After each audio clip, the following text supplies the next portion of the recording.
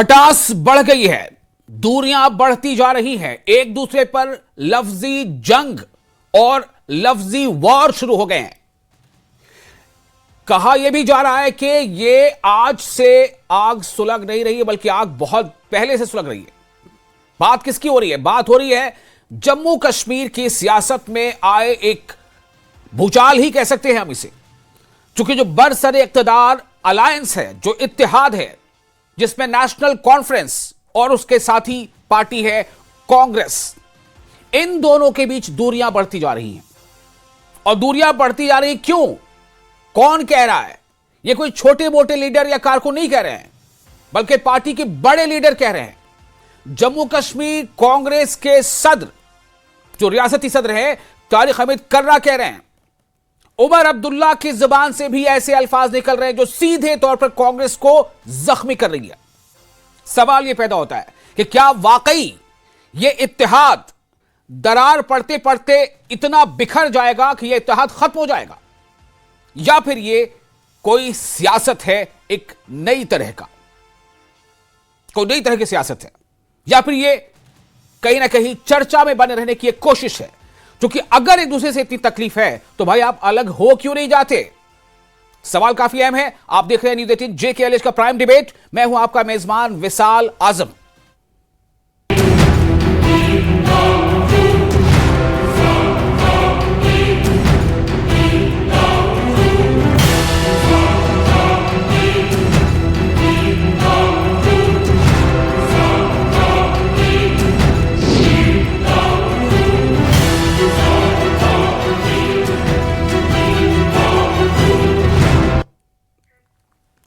अभी ज्यादा दिन हुए नहीं है। सबसे बड़ी बात आप समझिए, जम्मू कश्मीर में जो अभी हुकूमत चल रही है, यानी जो अवामी मुंतखब हुकूमत जो है, चुनी हुई सरकार जो है, उसके वजीर आला कौन है? उमर अब्दुल्ला। पार्टी नेशनल कॉन्फ्रेंस। लेकिन नेशनल कॉन्फ्रेंस और कांग्रेस का इत्तेहाद है जम्मू कश्मीर में। चुनाव से पहले ही इन दोनों पार्टियों ने आपस में सीट शेयरिंग करके इंतखाब लड़ा। अब चुनाव के बाद नतीजे जो भी आए, किसे ज्यादा मिला किसे कम मिला, लेकिन उसूल क्या है? उसूलन बात यह है कि आप इत्तेहाद में थे, आप प्री पोल अलायंस में थे। लेकिन सबसे बड़ी बात यह है कि जो मौजूदा हुकूमत है अभी, उसके कलमदान में कांग्रेस की कहीं कोई शमूलियत नहीं है। कांग्रेस बाहर से सपोर्ट कर रही है। कांग्रेस का कोई वजीर नहीं है। कांग्रेस का कोई मेंबर उमर काबीना में मौजूद नहीं है। कई ऐसे मौके आए जब दोनों पार्टियों ने अलग अलग राय मशवरा किया, बातचीत की, मीटिंगें की, एजेंडा तय किया, चाहे वो स्टेटहुड के लिए आवाज बुलंद करने का मौका हो। एक तरफ जहां मेरी रियासत मेरा हक और ऐसे कई तरह के कैंपेन कांग्रेस ने शुरू किया, तो नेशनल कॉन्फ्रेंस को लगा कि कांग्रेस ने हमसे राय मशवरा नहीं किया। कांग्रेस जो कर रही है वो खुद अकेले अपने दम पर कर रही है, हमसे उसने कोई राय मशवरा नहीं किया, बातचीत नहीं की। यहां तक उमर अब्दुल्ला का बयान आप याद कीजिए, उन्होंने कहा था कि हमें तो अखबारों से पता चलता है, अखबार पढ़ के मालूम होता है कि ऐसा कुछ हो रहा है, हमारी साथी जो जमात है वो ऐसा कुछ कर रही। फिर बात आती है राज्यसभा के लिए सीटों के बांटे जाने का। 4 सीटों पर नेशनल कॉन्फ्रेंस ने अपने उम्मीदवार खड़े किए, लेकिन कांग्रेस की जो मर्जी थी, जो ख्वाहिश थी, उसके मुताबिक कांग्रेस को वो सीट नहीं दी गई। तब भी तलखी पैदा हुई थी और तब भी एक दूसरे के खिलाफ इस तरह के बयान सामने आए थे। यहां तक कि कांग्रेस के नेताओं ने यह कह दिया था कि नेशनल कॉन्फ्रेंस एरोगेंस में है, उससे गुरूर आ गया है, उससे घमंड आ गया है। फिर बाद में बहरहाल वो वक्त भी गुजरा। अब फिर एक बार हालिया बयान उमर अब्दुल्ला का कि इंडिया अलायंस ICU में है, यह खुद उमर अब्दुल्ला कह रहे हैं। उसके बाद तारिक हमीद कर्रा का यह बयान कि अगर सिर्फ तनकीद करने से या आलोचना करने से स्टेटहुड मिल सकता है तो ठीक है, आपको मुबारक। उन्होंने उनसे जब पूछा गया कि क्या कांग्रेस अलग राह अख्तियार कर लेगी, तो उनका कहना था कि कांग्रेस के बाद विकल्प यानी ऑप्शन की कमी नहीं है और हम सभी की रायशुमारी के बाद ही कोई फैसला लेंगे। अब सवाल यह पैदा होता है कि किस बोर्ड पर है जम्मू कश्मीर की इस अलायंस में शामिल दोनों पार्टियों की सियासत, ये कहां जा रही है? क्या आने वाले दिनों में हम ये देखेंगे कि नेशनल कॉन्फ्रेंस और कांग्रेस दोनों अलग अलग राह पर चल पड़ेंगी? अगर ऐसा होता है तो फिर इंडिया अलायंस का फ्यूचर क्या होगा? इसको सिर्फ स्टेट के लेवल तक माना जाएगा, कौमी सतह माना जाएगा? कई सवाल है। हमारे साथ इस चर्चा में शामिल होने के लिए RS पठानिया जुड़ रहे हैं, बीजेपी के MLA और spokesperson. Sheikh Bashir Ahmad senior leader Jammu Kashmir National Conference और नम्रता शर्मा जुड़ेंगी senior leader Jammu Kashmir Congress. Ahmad Ayaz political analyst ये भी हमारे साथ कुछ देर में जुड़ेंगे। फिल वक्त हमारे साथ मौजूद है नेशनल कॉन्फ्रेंस के स्पोक्स पर्सन शेख बशीर अहमद। शेख बशीर अहमद साहब, सीधा सवाल आपसे यही है कि ये दोस्ती आपकी कब तक है, सियासी दोस्ती कब तक है, इसका जो एक्सपायरी डेट है वो क्या है? बहुत बहुत शुक्रिया आपका जी। इत्तेहाद की एक्सपायरी डेट नहीं होती। आपको याद होगा कि नेशनल कॉन्फ्रेंस और कांग्रेस का फ्रॉम द वेरी बिगिनिंग 1975 में जब शेख साहब आए थे तो उस वक्त भी एक इत्तेहाद था जी। उसके बाद आपको याद होगा कि 1979 के जब इलेक्शन लड़े थे तो जम्मू के अंदर देवीदास ठाकुर साहब को इलेक्शन लड़ाया गया था और कांग्रेस और नेशनल कॉन्फ्रेंस का कॉमन कैंडिडेट था। उसके साथ साथ आगे बढ़ते गए और राजीव गांधी और फारूक साहब का बाज़ाब्ता गवर्नमेंट बनी उस जमाने में। ये कोई नई बात नहीं है कांग्रेस के साथ, लेकिन 2014 के बाद इस बात की जरूरत महसूस हुई जी कि इंडिया के अंदर सेकुलर ताकतें इकट्ठी होकर बीजेपी का मुकाबला करें। उसके अंदर उमर साहब भी और फारूक साहब भी दोनों लीडर शामिल रहे और उसके साथ साथ जम्मू कश्मीर के अंदर बहुत सारी तब्दीली हो गई जी।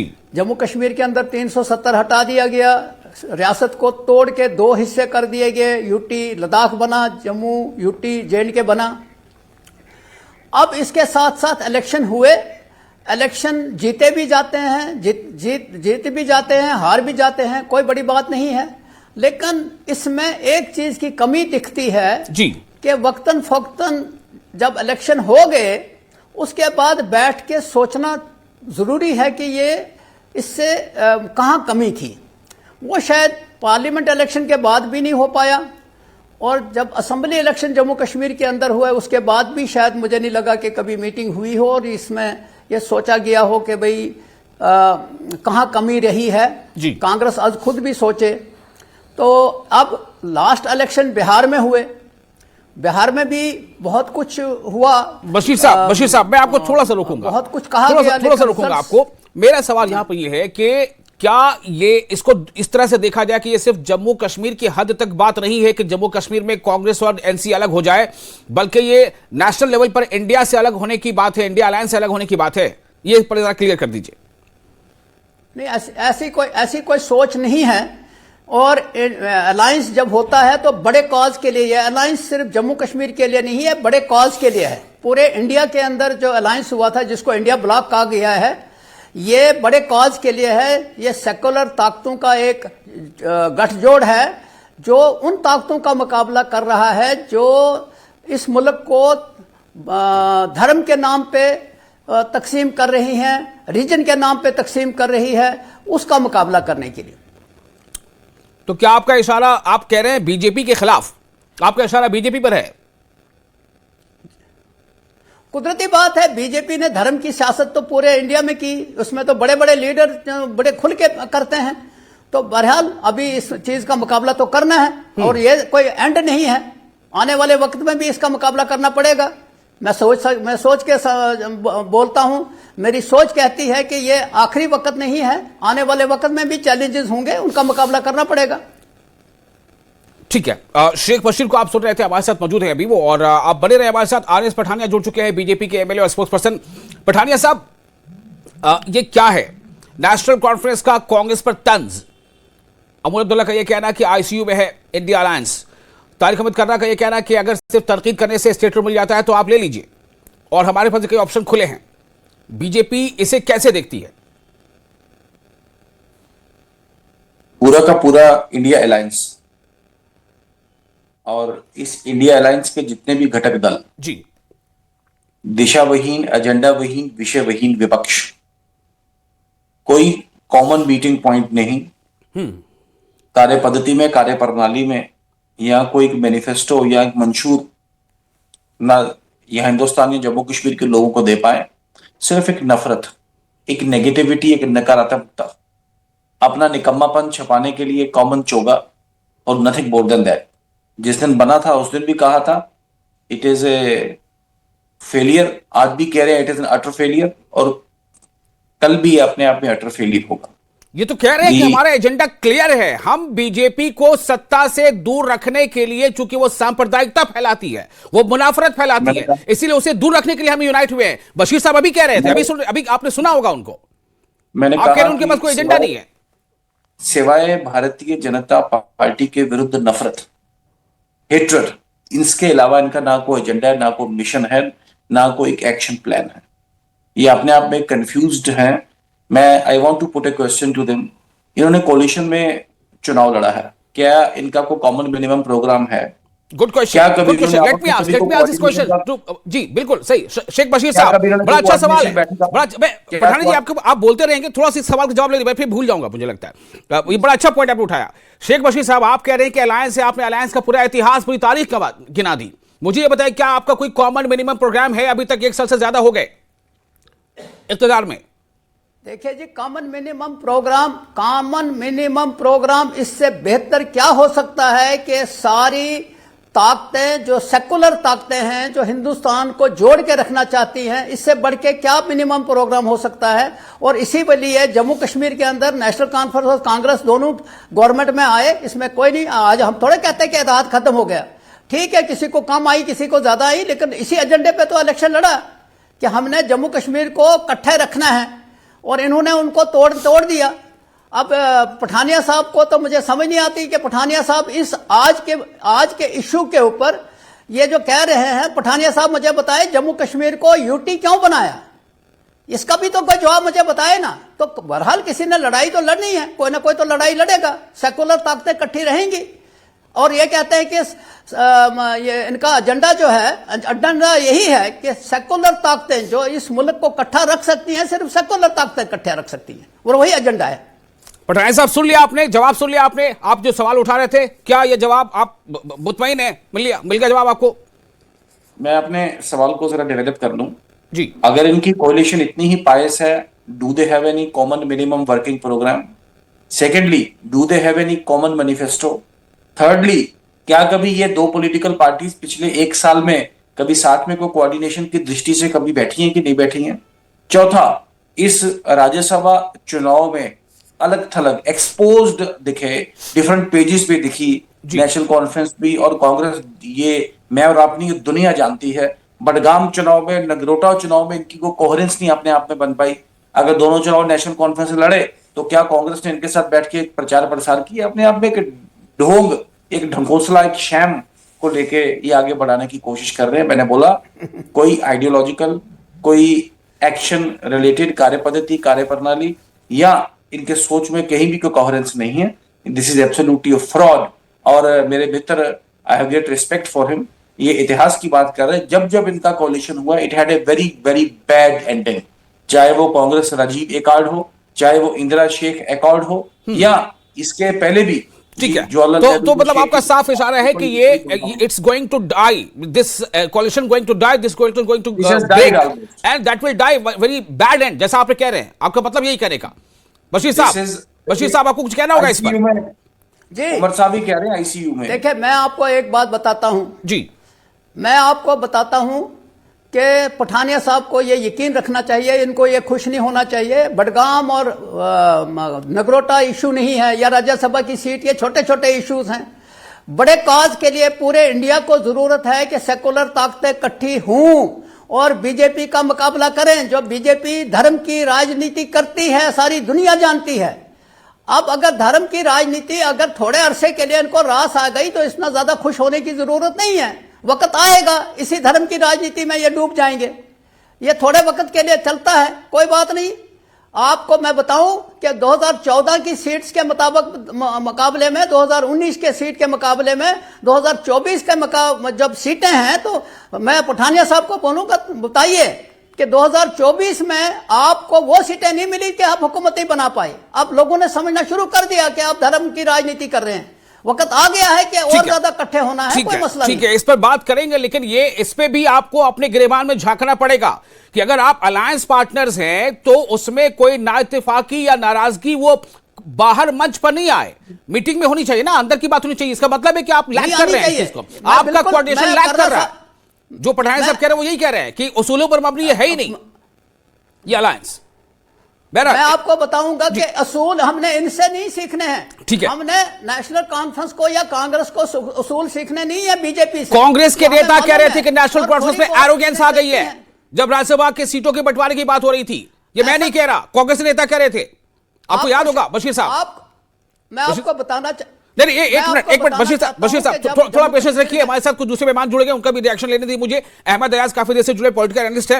अहमद अयाज साहब, आप कैसे देखते हैं ये नेशनल कॉन्फ्रेंस और कांग्रेस की आपस की नूरा कश्ती है या फिर वाकई कुछ आप देख रहे हैं ऐसा कि ये रिफ्ट बढ़ता ही जा रहा है और ये दोनों अलग हो जाएंगे?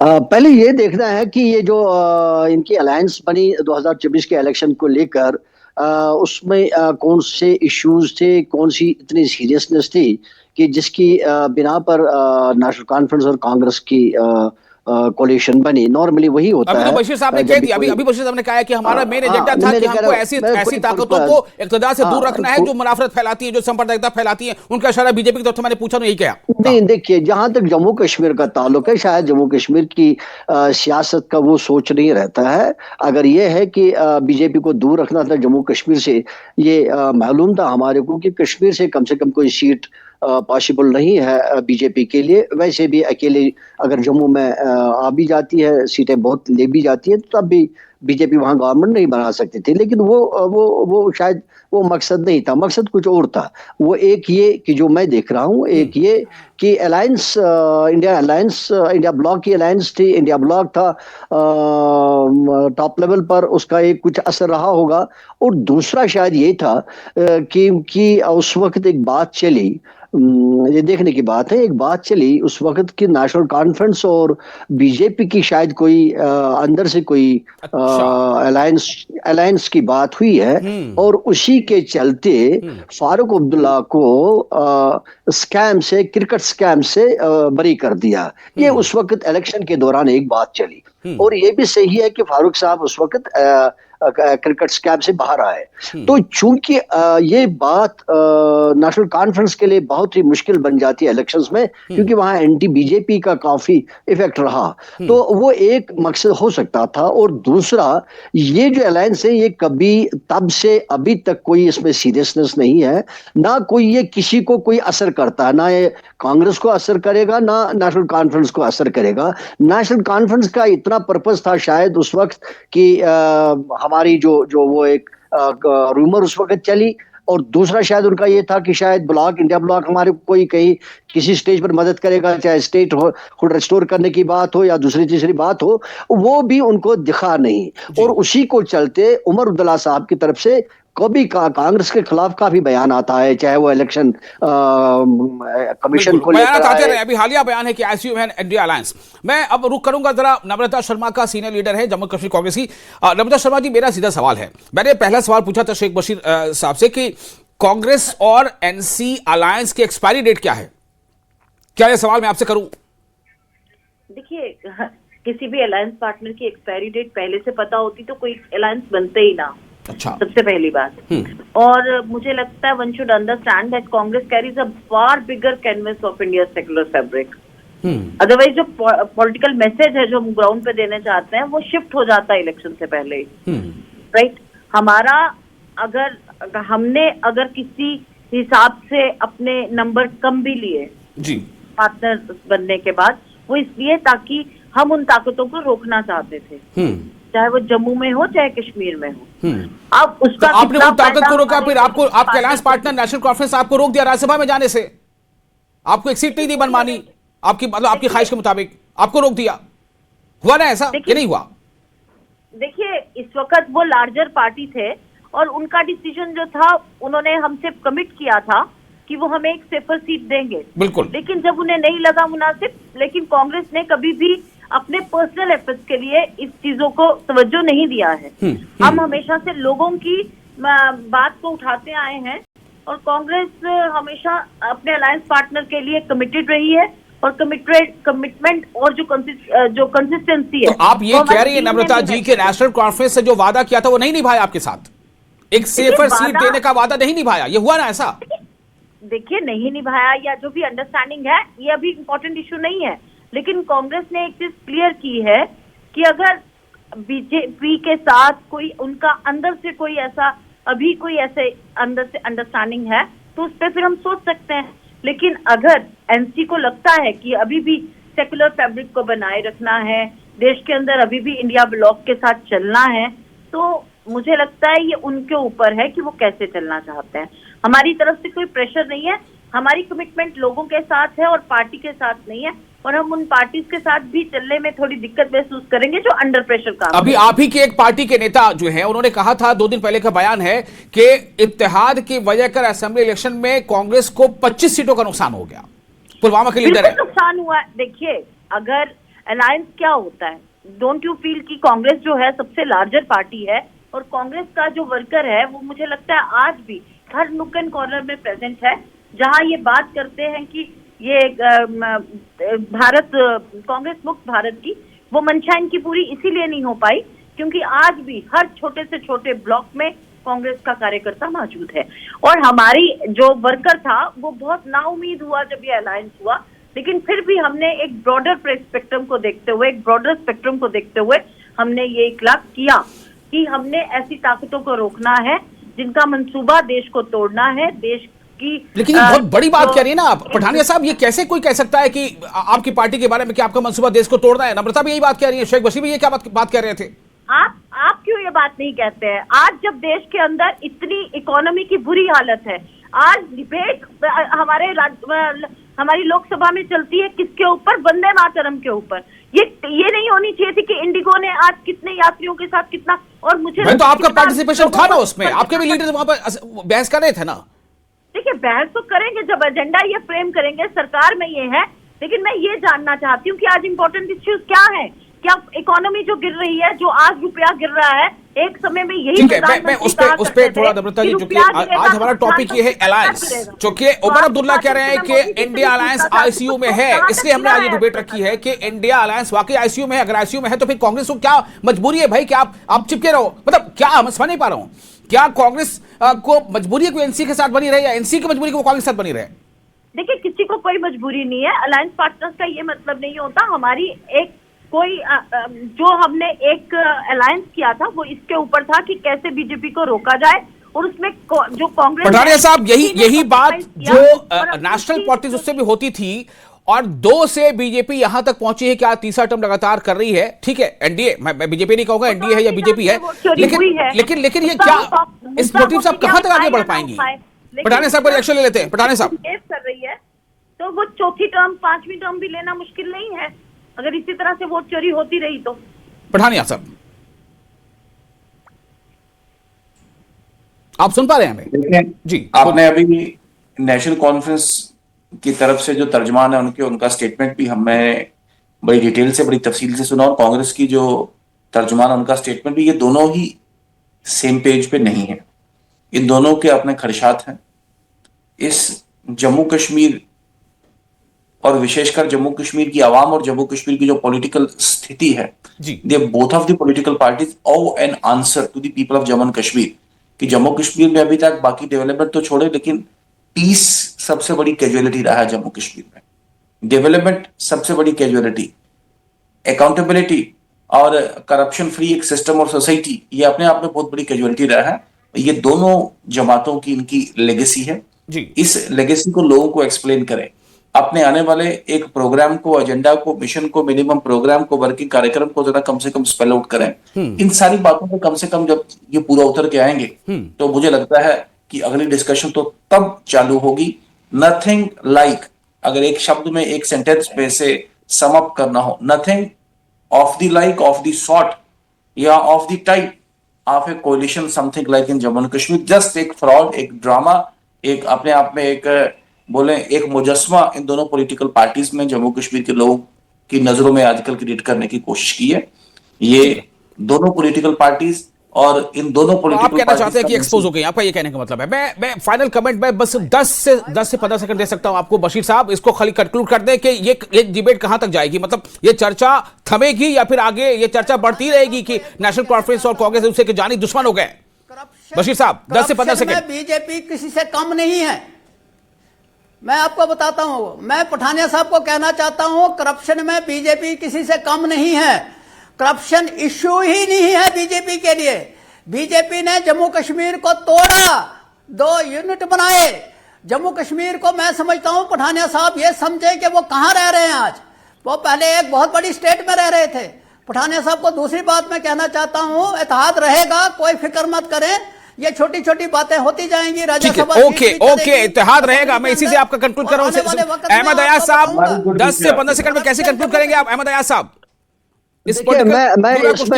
मैं इसमें जरूर ये कहना चाहूंगा कि नेशनल कॉन्फ्रेंस को कांग्रेस की अलायंस को लेकर कभी सीरियस हो नहीं सकता अब, इसलिए कि उनके पास गवर्नेंस के वैसे भी इशू है और वो ये कांग्रेस की अलायंस को लेकर किसी भी सूरत में सेंटर के साथ, जहां बीजेपी की हुकूमत है, उनके साथ बैलेंस नहीं कर पाएगी, उनके साथ कन्फ्रंट करने की सिचुएशन में नहीं है। इसलिए वो चाहेंगे कि कांग्रेस के साथ तरीके से अलायंस ना हो, क्योंकि वो चाहेंगे कि गवर्नेंस हमारी सही चले और उसके लिए उनको कम से कम मिनिमम रिलेशंस बीजेपी के साथ बनाना पड़ेगा, मिनिमम रिलेशन बनाना पड़ेगा। शर्मा जी, आप कैसे कंक्लूड करेंगी? बड़ी अच्छी बात कह दी जहां पर अयाज अहमद ने 10 सेकंड में 15 सेकंड में कंक्लूड कर दिए प्लीज। क्या ये कांग्रेस की मजबूरी है?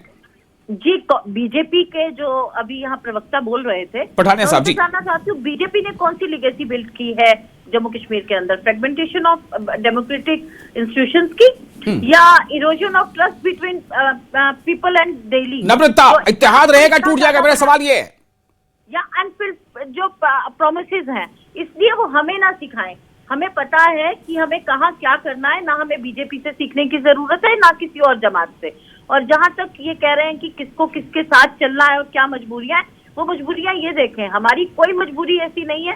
हमारी मजबूरी सिर्फ यही है कि लोगों की बात हमने रखनी है और अपनी स्टेटहुड को कैसे वापस दिलाना। चलिए, बहुत शुक्रिया आप तमाम मेहमानों का। आप देख रहे थे न्यूज़ 18 JKLH पर प्राइम डिबेट। मैं हूं विशाल, आप बने रहे न्यूज़ 18 JKLH के साथ।